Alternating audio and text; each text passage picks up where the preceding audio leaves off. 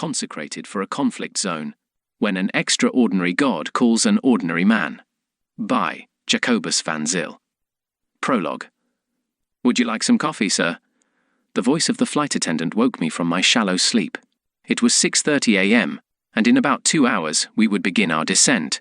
For the first time, I would see the famous Beirut from my left window seat. I had chosen this seat specifically to capture the landing, an important shot for the video I was making. I'd love some, thank you. As I sipped my coffee, thoughts filled my mind. How did I end up here? This isn't normal. Logically, none of this makes sense. I shook my head in disbelief. This is amazing. In a silent prayer, I thanked God for the opportunity to embark on this mission, Lebanon of all places. I never truly planned for my life to take this direction, but somehow it felt right. And in a way, even though I hadn't planned it like this, I realized that God had been preparing me for this moment all along, even if I was unaware of it. My parents were missionaries in Kenya when I was born. At the age of 2, we moved to Mozambique, where I learned to walk, talk, play, and pray. Mozambique is where my life truly began. My earliest memories are of the village nursery, playing with my Portuguese friends. At age 5, we moved to South Africa to my dad's family farm, and my sister and I started school in Hartenbos. My brother, the youngest of the 3, was still in nappies. Although my dad remained deeply involved in missions across Africa, especially in Sudan, and later South Sudan, we didn't move again. But the foundation had been laid. I had tasted missions, even if I didn't fully realize it at the time. Throughout primary and high school, I seized every opportunity to go on mission outreaches. In 2008, I went to Egypt, a country whose people and history deeply touched my heart. Even though I was only 9 years old, I told my parents I would return to Egypt one day. In high school, I participated in missions to Botswana and Malawi. During university, I went on trips to Lesotho, and in 2018, I accompanied my father to South Sudan. That mission was my first experience traveling for video work, capturing missions on camera. I vividly recall the situation we found ourselves in. It was just my father and I, which made traveling and planning simple. We are both adaptable and adventurous. About 3 days into our time in South Sudan, the conflict's reality hit us. We began hearing bombs and gunfire at night, and the locals warned us not to be seen in public too much, as we might attract unwanted attention as Westerners. The more than 58 tribes were all fighting for power of the new country, and the local people, like it often happens in war, were the ones suffering the most. On the day of our departure, we had a frightening moment when an armored vehicle stormed into the small airport parking lot and fired a round. We never knew what the target was, but the locals remained calm, and we left without further problems. That was my first small experience of war and conflict, but as I would soon discover, it was by far not the worst I would see. Introduction. Consecrated for a conflict zone. When I first arrived in Lebanon, I had no idea how deeply this country would impact me. What started as a short mission to assist Syrian refugees in the Bekaa Valley quickly became something far more significant. Lebanon, a land marked by resilience and turmoil, became not just a place I worked, but a home, one shaped by relationships that stretched across cultural, religious, and emotional divides. This book isn't just a collection of stories about war and displacement. It's a journey through the unexpected, how God calls us into places we never imagined, to do things we never anticipated. It's about navigating the complexity of mission work, building trust in a culture so different from my own, and staying grounded in faith, even when the world around me seemed to unravel. The escalating war changed everything. It brought challenges I couldn't have foreseen, rockets, bombings, and constant threats. But it also revealed the strength of the human spirit in ways that words can barely capture. In the midst of it all, the people of Lebanon and the Syrian refugees I worked with taught me more than I ever taught them. This is a story of resilience, of the struggles, victories, and unexpected moments of grace that come with life in a conflict zone. It's about trusting in a higher purpose, even when the future is uncertain. Through all the chaos, one thing remains clear: my mission here is not finished. Page 6. Chapter 1. The Spark of a Calling. The first mission to Lebanon, building bridges. When I first set out for Lebanon in early 2023, it was meant to be just another short-term mission, 10 days to serve, teach, and build relationships. I was in the middle of an 8-week missions training program when I got the exciting invitation from Mike Bernard to join him and 2 teams traveling to the Middle East. This was just after the devastating earthquake in Turkey and Syria.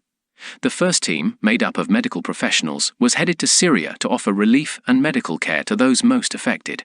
The second team consisted of church leaders from Port Elizabeth in South Africa who were going to Lebanon to build relationships with a church in Beirut. They would also visit a ministry in the Bekaa Valley to train and encourage the staff. I was asked if I would like to join the team going to Lebanon. My role as a media missionary was to document the mission on video and assist with training the staff and students at a ministry in the Bekaa Valley. It sounded very exciting, and I felt honored to be invited. Little did I know how much Lebanon would imprint itself on my heart and set the course for the next chapter of my life. Growing up in a missionary household in Mozambique and later in South Africa, I had always been drawn to different people groups and their stories. After high school, I took a gap year, doing a couple of short mission trips.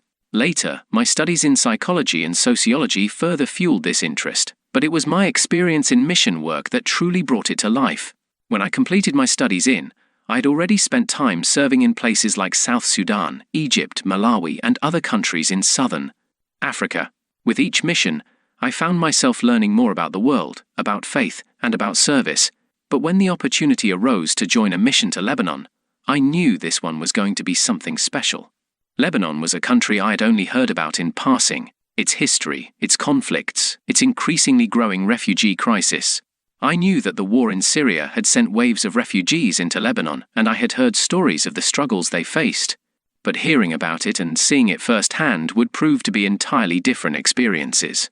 Before the mission, I tried to absorb as much information about the complex history, the intricacies of the people groups, and the crippling financial situation the country is facing.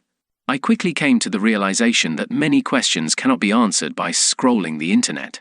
I would have to see for myself a church-to-church partnership.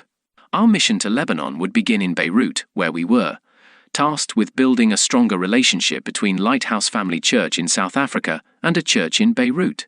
This wasn't just a formal partnership, it was about connecting on a deeper spiritual level, building bridges between two communities that had much to learn from each other. The leaders of the churches had met the previous year on a mission to Lebanon, and this time they wanted to connect through the process of church twinning, walking side by side through different challenges and supporting each other however they could. I met the members of both mission teams in Johannesburg, South Africa. The mission started here with cross-cultural training and team-building activities. The atmosphere was filled with excitement and purpose. This was not the first time I had been the youngest person in a team like this, but this time I was the youngest. By far. I was also the new face in the team going to Lebanon, as the rest of the team are all from the same church. This did not faze me. The people were lovely, and from the first moment I was accepted and treated as an equal. As we stepped out of the airport into the streets of Beirut, the humid air hit me, carrying with it the distant hum of traffic and the smell of spices from street vendors. The once glorious city felt heavy with history and scars.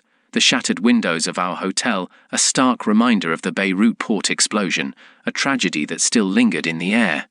This wasn't what I expected. The contrast between my vision and reality is clear, but it's often in those gaps that growth happens. Adjusting to new circumstances is part of the process. The evening we arrived at the church, we were welcomed with warmth and generosity. Instead of formal meetings, we were greeted with a feast, followed by praise, worship, and communion with the local church leaders. The focus wasn't on programs or projects, but on fostering genuine relationships. As we prayed and worshipped together, I could feel the barriers between us, cultural, linguistic, geographical, beginning to fade.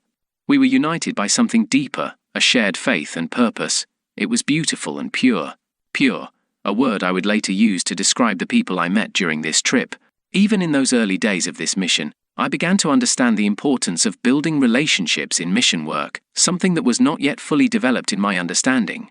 It wasn't just about what we could offer or teach, it was about what we could learn from one another. The partnership between our churches, or twinning, was not just a formality, it was an opportunity to walk alongside one another, support each other, and grow together.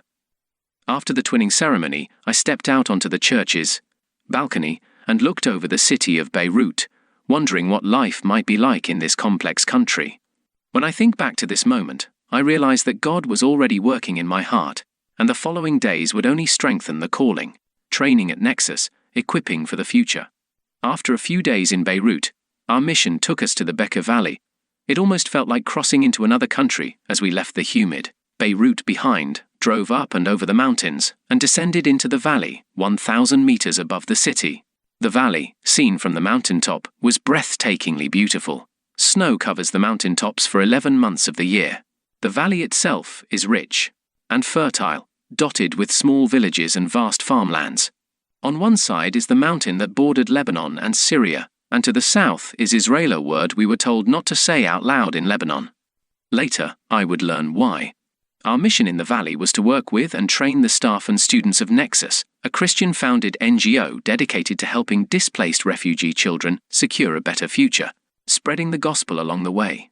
Nexus isn't just a school, it is a beacon of hope for Syrian refugee youth, offering education, stability, and the message of Christ to those displaced by war. The training conference was held at a hotel 20 kilometers from the center. Upon arrival, we met the lovely people. I met Vera first. She is Lebanese and one of the managers of Nexus and responsible for hospitality. Her warm smile and hugs made us feel loved and welcome from the moment we met her. Haysam, her brother, arrived moments later. He immediately struck me as a strong and capable man, but in the way he treated his sister, I could tell he had a kind and caring heart. Haysam, a policeman, serves as a volunteer at the center when he has time. They mentioned that they had another sister, Wafa, but she was in Syria on another mission and would only arrive the day before our departure. We also met the younger youth and the rest of the staff. The training started the next day and was interactive, with team-building activities that gave us opportunities to bond. Because the youth were my age and younger, they were full of energy. The hotel was ours, and the youth had a freedom there that they didn't have at home. We stayed up late, talking, playing games, and sharing stories. One night when we were just a few left sitting outside, one of the girls shared about her struggles at home. She was the only person in her family who had given her life to Christ, and she was being persecuted for it, especially by her uncle, who regularly beat her. But how can I say I believe like them if I can feel the love of Christ as a believer in Jesus? She said. Her words, though simple, carried the weight of the suffering she endured for her faith. It was the first of many heartbreaking stories I would hear and witness over the following year. The staff and students at Nexus were eager to learn, and their enthusiasm was contagious. The topics ranged from leadership and relationships to conflict resolution and photography. It was a comprehensive training aimed at equipping the staff with the tools they needed to continue their important work in the community. Their passion for their work and their deep commitment to the refugee youth they served struck me. Despite the many challenges they faced, limited resources, overwhelming needs, they remained steadfast in their mission. Their resilience inspired me. During the training, I saw how eager the older students were to take on leadership roles, mentoring younger students and serving as role models in their community. Many of these students had experienced trauma and displacement, yet they were rising above their circumstances to create a better future for themselves and others.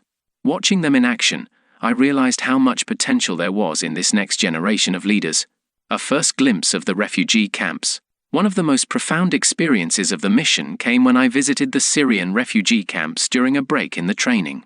This was my first time seeing the camps up close, and the reality of the refugee crisis hit me hard.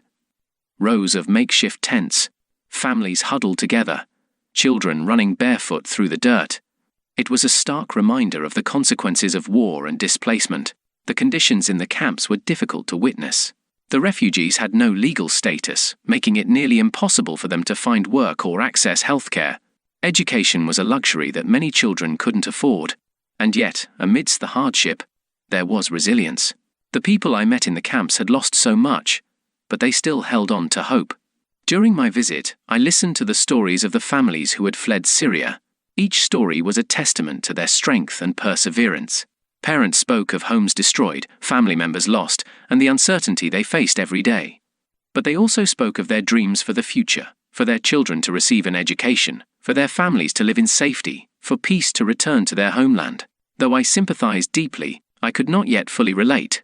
As I stood in the camps, looking out at the rows of tents, I felt an overwhelming sense of purpose. I couldn't fix all the problems these people were facing. I couldn't take away their pain or erase their losses, but I could be there. I could listen. I could help in whatever way I could.